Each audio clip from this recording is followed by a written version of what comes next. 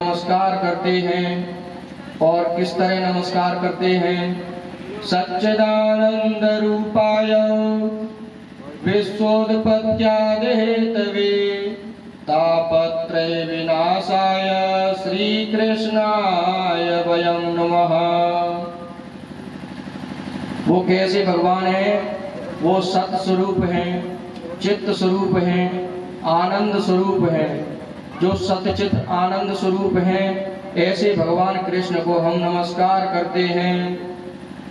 जो संसार के जन्मदाता हैं, पालन करता है एवं प्रलय करता है, जो संसार की उत्पत्ति करते हैं और संसार का पालन पोषण करते हैं और अंत में महाप्रलय द्वारा संसार का विनाश कर देते हैं।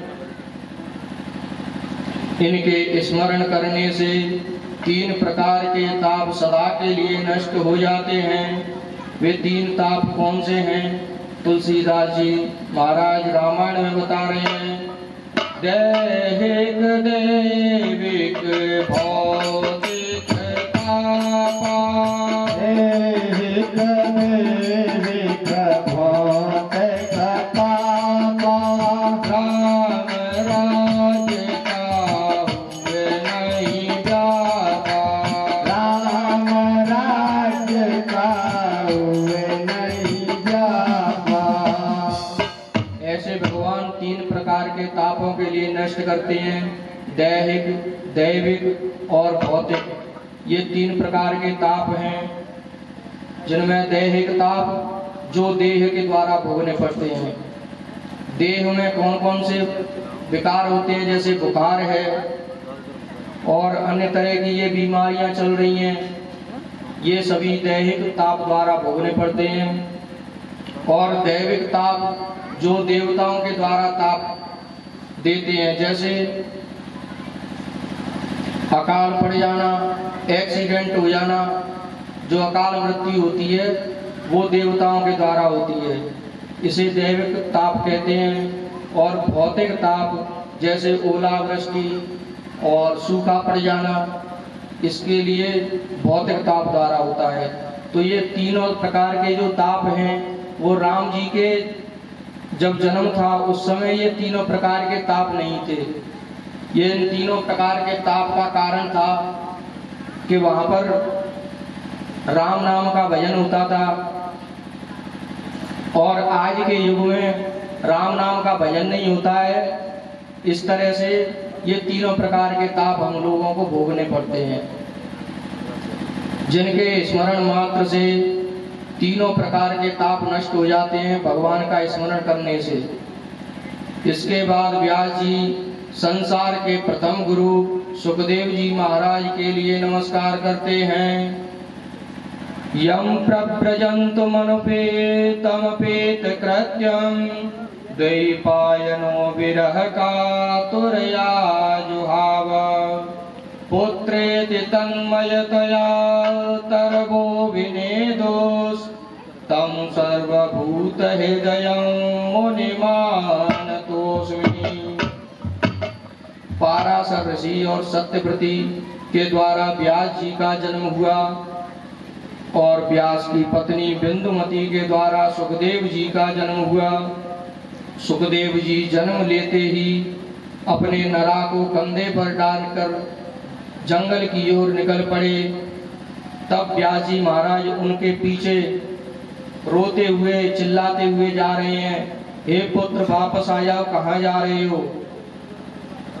तब सुखदेव जी नहीं लौटे, उन्होंने कोई जवाब नहीं दिया। तब वृक्षों ने व्यास जी महाराज के लिए जवाब दे रहे हैं कि हे व्यास जी महाराज, आपके पुत्र सुखदेव जी इतने बड़े आत्मज्ञानी हैं, इन्होंने संसार का कल्याण करने के लिए जन्म लिया है, न कि तुम्हारे घर में रहने के लिए।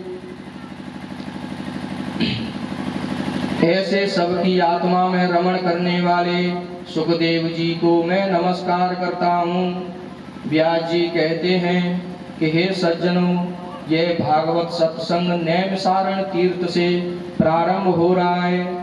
सूत जी महाराज शौनकादि 88,000 ऋषियों में सबसे बड़े शौनक जी प्रसाद के लिए चिंता हो रही है, जबकि संतों की तो चोरी होती नहीं है। संतों के पास राम नाम का ऐसा धन है जो चोर चुरा नहीं सकता और भाई बंधु बांट नहीं सकते। इसीलिए ब्रज क्षेत्र में एक ही भजन सुनने के लिए मिलता है, हमारो धन राधा श्री राधा श्री राधा, हमारो धन राधा श्री राधा श्री राधा, जीवन धन राधा राधा राधा राधा राधा, जीवन धन राधा राधा राधा राधा राधा, हमारो धन राधा श्री राधा श्री राधा, हमारो धन राधा श्री राधा श्री राधा, परम धन राधा श्री राधा श्री राधा, परम धन राधा श्री राधा श्री राधा, हमारो धन राधा श्री राधा श्री राधा, हमारो धन राधा श्री राधा श्री राधा। मीराबाई ने भी राम नाम का अच्छा वर्णन किया है, उस भजन के लिए सुनते हैं।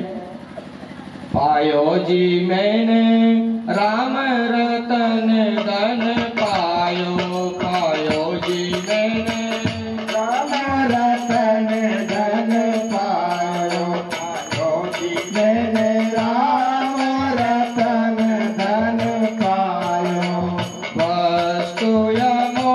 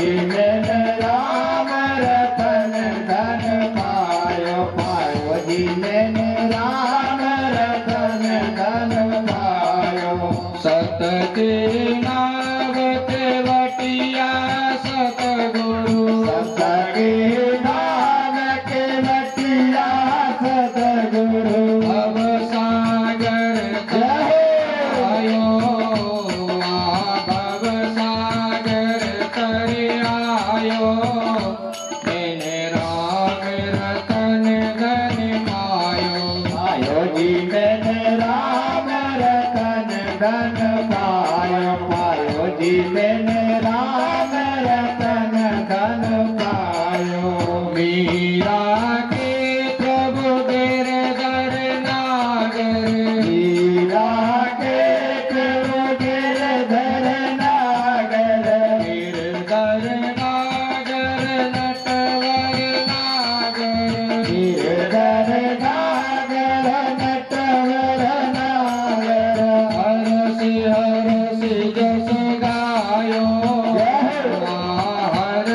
हरसि जस गायो मैंने राम रतन धन पायो पायो जी मैंने राम रतन धन पायो पायो जी मैंने राम रतन धन पायो तब नारद जी बोले महाराज मैंने इस मृत्यु लोक में आकर के सभी तीर्थों की भ्रमण किया है पुष्करम च प्रयागम च काशी गोदावरी तथा हरिक्षेत्रम कुरुक्षेत्रम श्रीरंगम सेतुबंदरम मैं पुष्कर गया हूँ प्रयाग भी गया हूँ काशी गया हूँ और गोदावरी गया हूँ हरि क्षेत्र गया हूँ कुरुक्षेत्र गया हूँ श्री रंग जी भी गया हूँ लेकिन मुझे शांति कहीं पर भी नहीं मिली है क्योंकि कलयुग के मित्र अधर्म ने सभी साधनों को जला करके भस्म कर दिया है ना कोई योगी है ना कोई सिद्ध है ना कोई सत्कर्म करने वाला है घर घर में स्त्रियों की प्रभुता हो गई है और सालों के लिए बुद्धिमान बताया गया है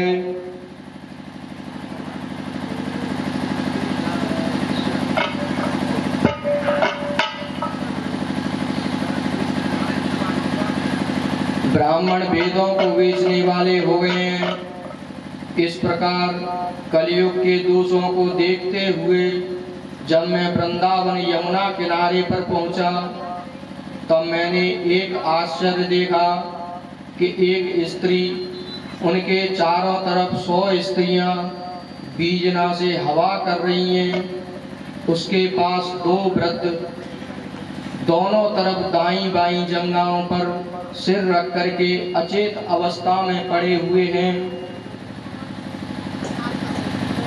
मुझे देखते ही वह स्त्री बोली भो भो साधो क्षणं तिष्ठ मच्चिन्तामपि नाशय दर्शनं तव लोकस्य सर्वथा गहरं परम् अरे साधु क्षणभर के लिए रुको और मेरी चिंता का नाश करो कहते हैं कि संत महात्माओं के दर्शन करते ही सभी पापों के लिए नष्ट हो जाते हैं तुलसीदास जी भी रामचरितमानस में कह रहे हैं पुण्य पुण्य बिनु मिले न संता पुण्य पुण्य बिनु मिले न संता पुण्य पुण्य बिनु मिले न संता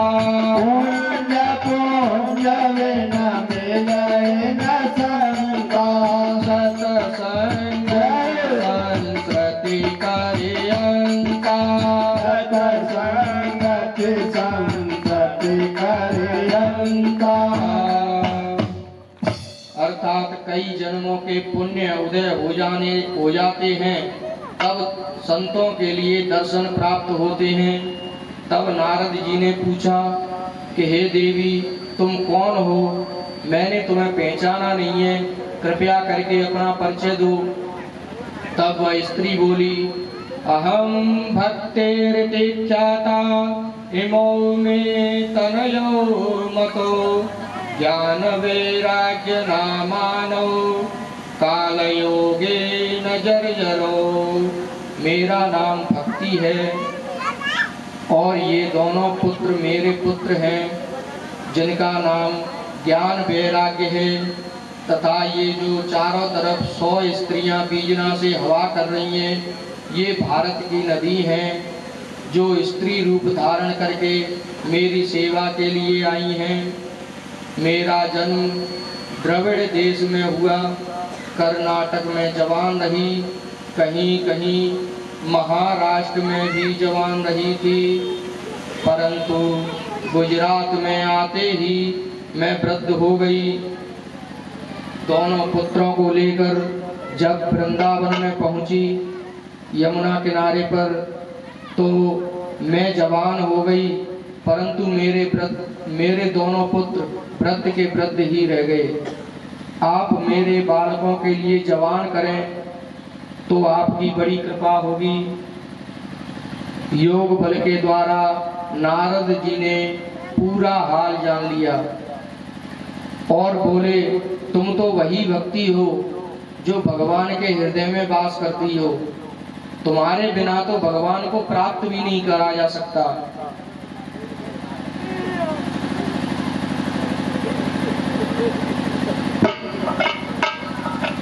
सबरी अहिल्या सगन कसाई, भक्ति तेज ने मुक्ति पाई। तो भक्ति की महिमा है अनमोल, रामायण नारायण नारायण बोले।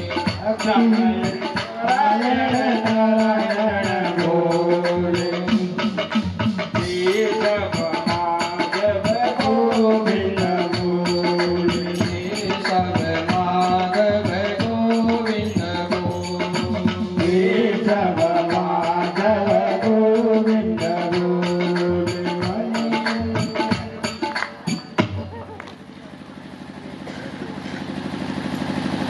ब्रज के नंद लाला, राधा जू के सांवरिया। ब्रज के नंद लाला, राधा जू के सांवरिया। सब दुख दूर भये जब तेरा नाम लिया। सब दुख दूर भये जब तेरा नाम लिया। मीरा पुकारे तुम्हें गिरधर गोपाला। मीरा पुकारे तुम्हें गिरधर गोपाला। बन गया अमृत विष का प्याला। बन गया अमृत विष का प्याला। अब के सुना दो तुम प्यारी बांसुरिया। अब के सुना दो तुम मेरे प्यारे सांवरिया। सब दुख दूर भये जब तेरा नाम लिया। सब दुख दूर भये जब तेरा नाम लिया। ब्रज के नंद लाला, राधा जू के सांवरिया। ब्रज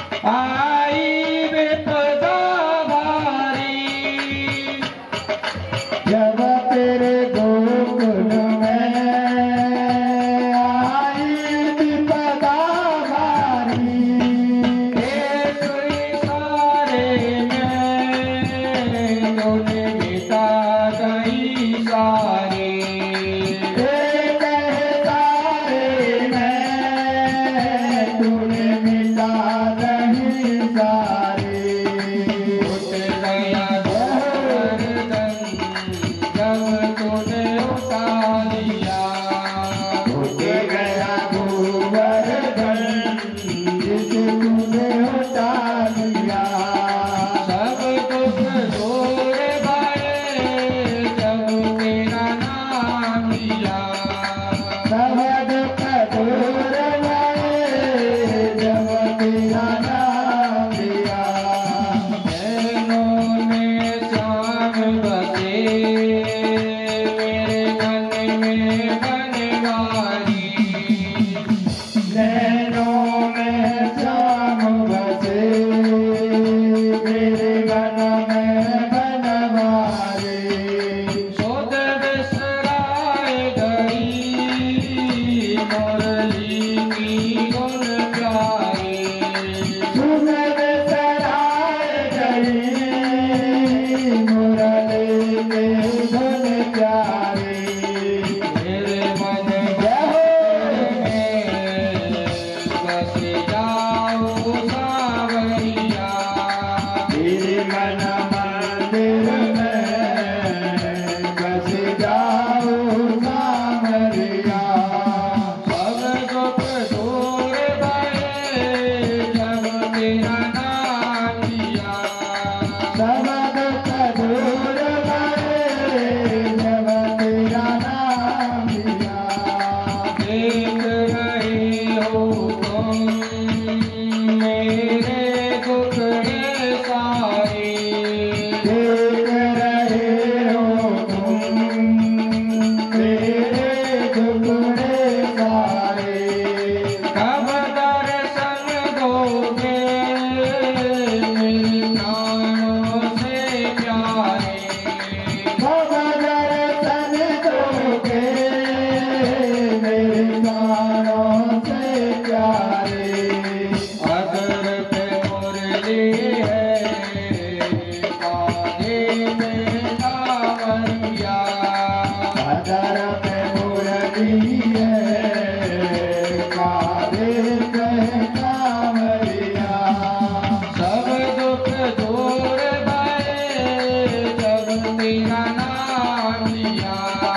सब दुख दूर गए जब तेरा नाम लिया।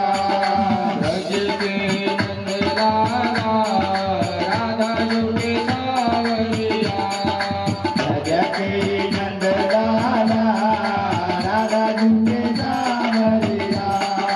सब दुख दूर गए जब तेरा नाम लिया। सब दुख दूर गए जब तेरा नाम लिया। नारद जी बोले भक्ति कलयुग में भगवान नाम का कीर्तन ही सब दुखों को दूर करता है। मैं आपके दोनों पुत्रों को दुखों के लिए दूर कर दूंगा। यदि मैंने आपके दोनों पुत्रों को जवान नहीं किया तो मैं हरि का दास नहीं। नारद जी ने संकल्प कर लिया। नारद जी ने फिर ज्ञान वैराग्य के कानों पर मुंह रख कर के चारों वेदों के लिए और शास्त्रों के लिए श्रवण कराया तथा गीता का पाठ भी सुनाया। परंतु ज्ञान वैराग्य अचेत के अचेत ही पड़े रहे। तब नारद जी घबरा गए कि मैंने तो संकल्प कर लिया इनको जवान करने का और कोई भी चीज बची भी नहीं है जो मैं इनको सुना दूं। सभी चीजें मैंने इनके लिए श्रवण करा दी लेकिन ये जवान क्यों नहीं हुए। तब आकाशवाणी होती है कि हे नारद जी सत्कर्म करो। सत्कर्म करोगे तो तुम्हारा वचन अवश्य पूर्ण होगा। अब नारद जी मन में सोच रहे थे कि जब से मैं सत्कर्म ही तो कर रहा था लेकिन ये देवता भी बड़े चालाक हैं और मुझे धर्म संकट में फंसा दिया। महाराज मैंने सबसे पूछा कि सत्कर्म क्या है लेकिन इसे मैं जान नहीं पाया। जब मैं आपके पास बद्री नारायण में आया हूं, तब सनकादि कुमार बोले कि हे नारद जी, श्रीमद् भागवत ही सत्कर्म है, तुमने भागवत कथा नहीं सुनाई। तब नारद जी बोले कि महाराज, मैंने चारों वेद, 6 शास्त्र और 17 पुराणों के लिए श्रवण करा दिया, और भागवत से बड़े तो ये हैं, जब मैंने इसका बाप सुना दिया तो भागवत सुनाने की जरूरत क्या है। तब सनकादि कुमार बोले कि नारद जी, आप यही बात तो नहीं जानते, जो बाप जिस काम को कर देता है, बेटा पूरी जिंदगी उस काम को नहीं कर पाता, और जो बेटा जिस काम को कर देता है, बाप उसको पूरी जिंदगी में नहीं कर पाता। कि नारद जी बोले कि महाराज, मैं समझ नहीं पाया आप क्या कहना चाहते हैं। तो नारद जी, सनकादि कुमार कहने लगे, नारद जी, गन्ने में से चीनी बनती है, गन्ने के रस से, और यदि हमको चाशनी बनानी है तो चीनी का उपयोग किया जाएगा, चीनी से ही चाशनी बनेगी। और यदि चीनी नहीं है तो आप गन्ने के रस से चाशनी कभी नहीं बना सकते। इसी तरह जो भागवत जिस काम को करती है, उसके लिए 4 वेद, 6 शास्त्र और 17 पुराण नहीं कर पाएंगे। इसीलिए आप गंगा किनारे हरिद्वार के पास बद्री वन में जाइए और वहां पर मंडप का निर्माण करिए, और सभी संतों के लिए, ग्रामवासियों के लिए पीले चावल देकर उनको निमंत्रण दीजिए, और भक्ति ज्ञान वैराग्य के लिए भी निमंत्रण दीजिए। और हम चारों भाई वहां पर आएंगे और कथा के लिए श्रवण कराएंगे।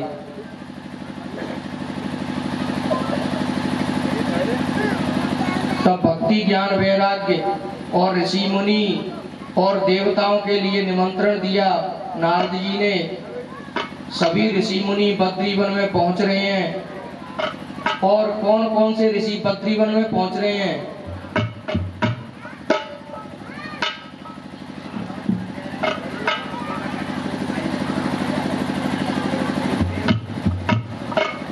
भृगुरवसिष्ठश्च वनस्य गौतम, मेधातिथिर्देवलदेवरातो, रामस्तथा गादिसुतस्य साकलो, प्रकण्डपुत्रात्रिजपिप्पलाद, योगेश्वरो व्यासपराशरो च, छायासुतो जलजङ्गमोऽप्या, सर्वेऽप्यमीमो निगणास पुत्र शिष्या। भागवत में ऋषि मुनियों के नाम बता रहे हैं। भृगु ऋषि वहां पर पहुंच रहे हैं, च्यवन ऋषि हैं, गौतम ऋषि हैं, पाराशर ऋषि हैं, मेधातिथि ऋषि हैं। ऐसे बड़े बड़े ऋषि वहां पर पहुंच रहे हैं।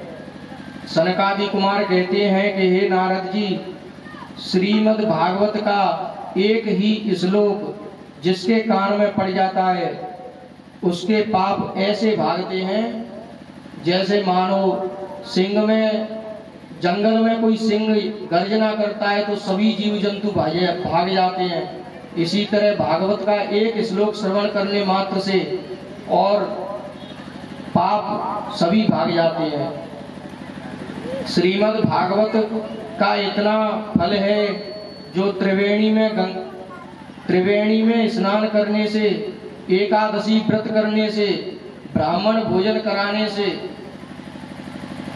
जो फल मिलता है, वह भागवत की कथा सुनने मात्र से उतना फल मिल जाता है। मानव जीवन प्राप्त करके जिसने भागवत कथा नहीं सुनी, उसके जीवन के लिए धिक्कार है। जीते हुए भी वह मुर्दा के समान है और वह गधे से भी गया बीता है। इस प्रकार भागवत की महिमा का वर्णन कर रहे थे। उसी समय भक्ति देवी अपने दोनों पुत्रों को गोद में लेकर के भगवान नाम का कीर्तन करते हुए आकाश मार्ग से उतरी। और कैसे उतर रही है? भक्ति सुतो तो तरणो गृहीत्वा प्रेमैकरूपा सहसा विरासीत्। श्री कृष्ण गोविंदं हरे मुरारे नाथेति नामानि मुहुर् वदन्ति।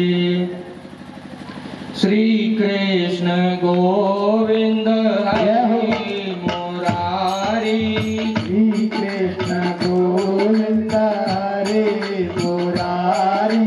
हे नाथ नारायण वासुदेवा, हे नाथ नारायण वासुदेवा। हे वासुदेवा, हे वासुदेवा, हे वासुदेवा, हे वासुदेवा। हे नाथ नारायण वासुदेवा। हे नाथ नारायण वासुदेवा। देहांत काले तुम सामने हो, देहांत काले तुम सामने हो। मुरली बजा के मन को लुभाते। मुरली बजाते मन को लुभाते। यही गीत गाते तन को मैं त्यागूं। यही गीत गाते मन को मैं जागूं। हे नाथ नारायण वासुदेवा, हे नाथ नारायण वासुदेवा। श्री कृष्ण गोविंद हरे मुरारी। हे नाथ नारायण वासुदेवा, श्री कृष्ण गोविंद हरे मुरारी। हे नाथ नारायण वासुदेवा। गोविंद मेरी ये प्रार्थना है, गोविंद मेरी यह प्रार्थना है। भूलो न कभी नाम लेना। भूलो न तेरा कभी नाम लेना। निष्काम होकर यही गीत गाऊं। निष्काम होकर यही गीत गाऊं। हे नाथ नारायण वासुदेवा, हे नाथ नारायण वासुदेवा। श्री कृष्ण गोविंद हरे मुरारी। हे नाथ नारायण वासुदेवा, श्री कृष्ण गोविंद हरे मुरारी। हे नाथ नारायण वासुदेवा। हे वासुदेवा, हे वासुदेवा, हे वासुदेवा, हे वासुदेवा। ताली बजाते हुए नारायण वासुदेवा, हे नाथ नारायण वासुदेवा। श्री कृष्ण गोविंद हरे मुरारी। हे नाथ नारायण वासुदेवा, श्री कृष्ण गोविंद हरे मुरारी। हे नाथ नारायण वासुदेवा। भक्ति देवी ने सनकादि कुमारों से कहा, महाराज मैं कहाँ बैठूं? तब सनकादि कुमारों ने कहा, जितने भी श्रोता गण यहाँ पर बैठे हैं सबके हृदय में विराजमान हो जाओ और एक रूप से दोनों पुत्रों को लेकर के लिए नारद जी के पास एक रूप से बैठ जाओ। 7 दिन की भागवत और यहाँ पर सनकादि कुमार 4 व्यास हैं और 4 ही परिचित हैं। जैसी कथा वहाँ पर जो हुई है उसके बाद आज तक ऐसी कथा नहीं हुई है। और वो उसका कारण क्या है? कि परिचित तो 4 की जगह 8 बना सकते हैं, 12 बना सकते हैं, 108 भी बना सकते हैं, परंतु व्यास केवल एक ही होता है। अगर 1 से ज्यादा व्यास अगर तुमने जैसे व्यास गद्दी पे बिठा दिए तो भागवत कथा नहीं हो पाएगी, क्योंकि एक व्यास कुछ कहेंगे और दूसरे व्यास कुछ कहेंगे। इसीलिए लेकिन वहां पर सनकादि कुमार, सनक, सनंदन, सनातन, संत कुमार 4 व्यास हैं और 4 एक ही भाषा में एक ही शब्द से और भागवत कथा के लिए श्रवण करा रहे हैं। और 7 दिन की भागवत कथा सुनकर के ज्ञान वैराग्य जवान हो गए, विमान में बैठ करके और भगवान के धाम को चले गए। एक रूप से सदा सदा के लिए भक्ति नारद जी के हृदय में वास कर गई। अब नारद जी से सनकादि कुमार कहते हैं कि हे नारद जी, जब से सृष्टि की उत्पत्ति हुई है उसके बाद से आज दूसरी बार हमारी भेंट हो रही है। यदि कुछ मन में शंका हो आपके तो आप अभी पूछ सकते हैं, क्योंकि फिर कोई पता नहीं कि कब हमारी भेंट होगी। तब नारद जी कहते हैं कि गुरुजी, भागवत की कथा से कौन कौन से पापी पाप से मुक्त हो जाते हैं। तब सनकादि कुमार बोलते हैं, ये मानवा पाप कृतस्तु सर्वदा सदा दुराचाररतानि मार्गा क्रोधानि दर्जा कुटिलक्षकामिना क्रोधानि दर्जा कुटिलक्षकामिना सप्ताहयज्ञेन कलो पुनन्ति ते।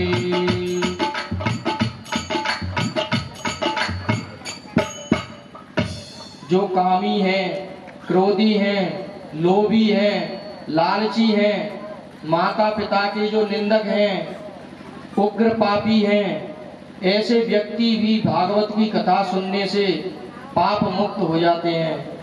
नारद जी कहते हैं कि ऐसा कोई पापी तर भी गया है क्या? तब सनकादि बोले, मैं तुम्हारे लिए एक प्राचीन इतिहास सुनाता हूँ जिसके श्रवण करने से पाप नष्ट हो जाते हैं।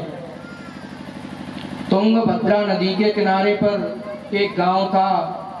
उसमें चारों वर्ण के ब्राह्मण, क्षत्रिय, वैश्य और शूद्र, चारों प्रकार के जो वर्ण होते हैं वो लोग वहां पर उस गांव में रहते थे। उस गांव के पूर्व जन्म के कर्म के अनुसार उन्हें ऐसी पत्नी मिली जिसका नाम था धुंधली, जो सूर्योदय के बाद उठती है, मोहल्ले में पड़ोसियों से लड़ती रहती है, जो आचार विचार से शुद्धता से हीन है और लड़ने में निपुण है। बहुत समय तक धुंधली से कोई संतान नहीं हुई और एक दिन आत्मदेव ब्राह्मण जी किसी काम से बाहर जा रहे थे तो उनके सामने से गांव का एक व्यक्ति निकल रहा था और उस ब्राह्मण को देखते ही बोले कि आज मैंने पता नहीं किसका मुंह देख लिया और मेरा काम नहीं हो सकता है। और वो यह कहकर के लौट गया। तब आत्मदेव जी ब्राह्मण बड़े दुखी हुए और दुखी होकर के जंगल में प्राण त्यागने के लिए आत्मदेव जी चले गए कि जब मैं इतना बड़ा निपुता हूँ, जो मेरा मुंह भी देखना अपराध है, तो मैं जिंदा क्यों हूँ? इससे तो अच्छा मुझे मरना ही अच्छा है। जब वहां पर गए तो वहां से एक सन्यासी निकल के जा रहे थे और आत्मदेव जी से बोले कि आप ये क्या कर रहे हो और आपके तो सिर पर चोटी है, आप ब्राह्मण लग रहे हो और आपके तो जनेऊ भी धारण है, आप किस बात से अपने प्राण त्याग रहे हो? तब आत्मदेव जी बोले, महाराज पूर्व जन्म के कर्म से मेरे कोई संतान नहीं है। बाजार से मैं फल खरीद करके लाता हूँ तो घर में अंदर लाते ही वो सड़ जाते हैं। कनावगतों में मैं जल अर्पण करता हूँ पितृश्वर देवताओं के लिए, तो वह भी हाथ से आते ही गर्म हो जाता है और गर्म जल पितृश्वरों के लिए अर्पण नहीं करते हैं। एक मैंने गाय पाली, वह भी जब से मेरे घर में आई है तब से वह आज तक नहीं ब्याई है। अतः इससे दुखी होकर के मैं प्राण त्यागने के लिए आया हूँ। तब महात्मा जी बोले और उन्होंने योग बल से आत्मदेव जी का सारा हाल जान लिया। और तब महात्मा जी बोले कि संतान से किसी को सुख नहीं मिला है। अगर सुख मिला तो सगर के 60,000 पुत्र थे, उन 60,000 पुत्रों से उसको कभी सुख नहीं मिला पुत्रों से। यदि तुम ये कहना चाहते हो कि एक पुत्र से सुख मिलता है तो चित्रकेतु राजा के तो एक ही पुत्र था, परंतु उसे भी सुख नहीं मिला। सुख तो सन्यासी में है, सन्यास में है, भगवान के भजन में है।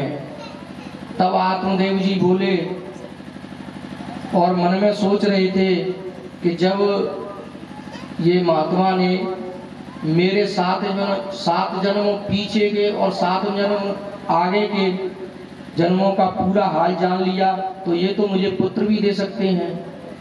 तब आत्मदेव जी बोले, गुरुजी कैसे भी करो मुझे पुत्र चाहिए, मुझे पुत्र दो। तो महात्मा जी मन में सोच रहे थे कि इससे अच्छा तो मैं सीधा निकल जाता तो ही अच्छा था, खामखा इसको पल्ले पाड़ लिया। फिर महात्मा जी बोले और मंत्र पढ़ करके और फल निकाल के झोली से दिया और बोले कि इस फल को आप जिसे खिलाओगे वो गर्भवती हो जाएगी और पुत्र पैदा हो जाएगा। तब आत्मदेव जी उस फल को लेकर के अपनी पत्नी धुंधली के दे दिया।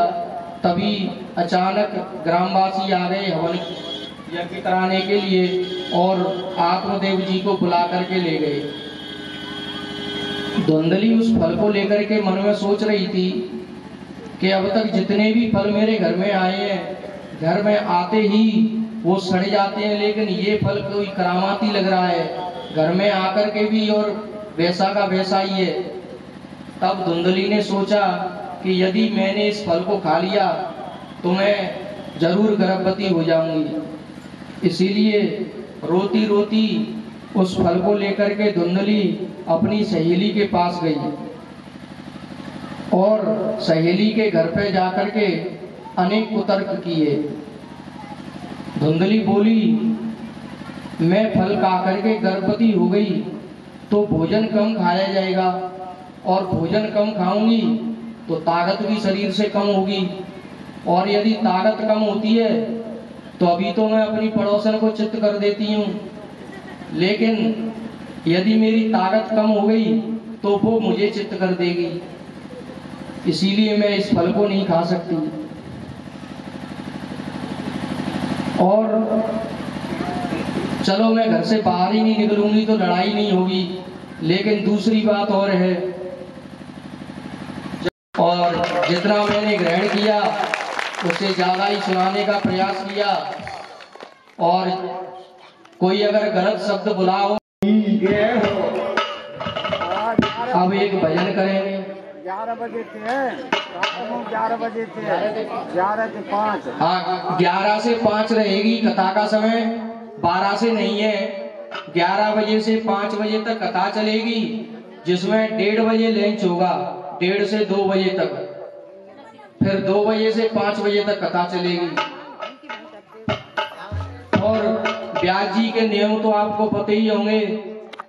एक ड्राम भर करके एक तरफ जल रख दें और बीच में ये जल की व्यवस्था नहीं होनी चाहिए, जल नहीं बटना चाहिए, ये उनके नियम है, वो कल आपको बताएंगे। और अब एक भजन करते हैं, उसके बाद फिर आरती करेंगे।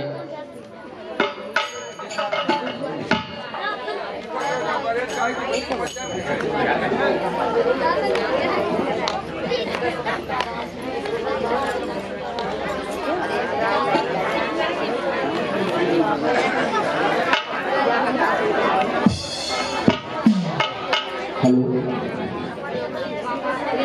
अभी आपके बीच में हमारे परम पूज्य महाराज श्री मधुसूदन शास्त्री जी ने बहुत ही अच्छा भागवत कथा का आयोजन किया और अपनी टूटी फूटी वाणी से बहुत ही सब बढ़िया सुनाए।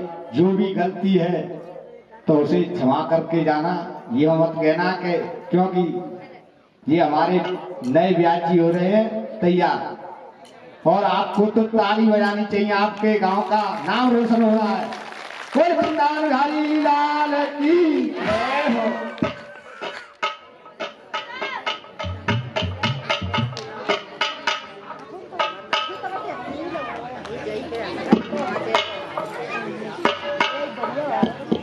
श्याम तेरी मुरली बजे धीरे धीरे, श्याम तेरी मुरली बजे धीरे धीरे, श्याम तेरी मुरली बजे धीरे धीरे, बजे धीरे धीरे, बजे होले होले, बजे धीरे धीरे, बजे होले होले। श्याम तेरी मुरली बजे धीरे धीरे, श्याम तेरी मुरली बजे धीरे धीरे, हित मथुरायुत गोकुल नगरी, हित मथुरायुत गोकुल नगरी, हित मथुरायुत गोकुल नगरी, हित मथुरायुत गोकुल नगरी, बीच में जमुना बहे धीरे धीरे, बीच में यमुना बहे धीरे धीरे, श्याम तेरी मुरली बजे धीरे धीरे, श्याम तेरी मुरली बजे धीरे धीरे, बजे धीरे धीरे, धीरे धीरे, श्याम तेरी मुरली बजे धीरे धीरे, ललितायुत चंदा सखीय, ललितायुत चंदा सखी है, बीच में राधा चले धीरे धीरे, बीच में राधा चले धीरे धीरे, श्याम तेरी मुरली बजे धीरे धीरे, श्याम तेरी मुरली बजे धीरे धीरे, चित श्री रामायुत मधुमंगल, हित श्री कामायुत मधुमंगल, चित श्री रामायुत मधुमंगल, हित श्री कामायुत मधुमंगल, बीच में बीच में राधा चले धीरे धीरे, श्याम तेरे बजे धीरे धीरे, श्याम तेरी मुरली बजे धीरे धीरे, बजे धीरे धीरे, बजे होले होले, बजे धीरे धीरे, बजे होले होले, श्याम तेरी मुरली बजे धीरे धीरे, श्याम तेरी मुरली बजे धीरे धीरे, श्याम तेरी मुरली बजे धीरे धीरे, श्याम तेरी मुरली बजे धीरे धीरे, बजे धीरे धीरे, बजे होले होले, बजे धीरे धीरे, बजे होले होले, श्याम तेरी बजे धीरे धीरे, श्याम तेरी मुरली बजे धीरे धीरे, श्याम तेरी मुरली बजे धीरे धीरे, श्याम तेरी मुरली बजे धीरे धीरे।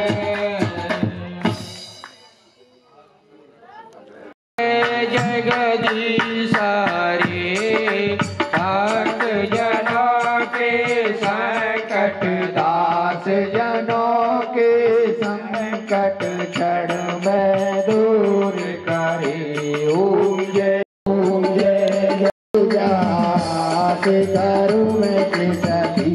ओम जय जगदीश हरे तुम पूरण परमात्मा अंतरयामी। स्वामी तुम अंतरयामी। ईश्वर तुम सबके स्वामी। ओम जय जगदीश हरे तुम करुणा की सागर तुम पालन करता। स्वामी तुम पालन करता। मैं मूरख कलकामी मैं सेवक तुम स्वामी कृपा करो बरता।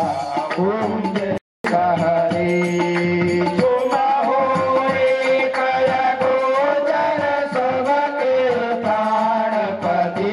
स्वामी सबके प्राणपति।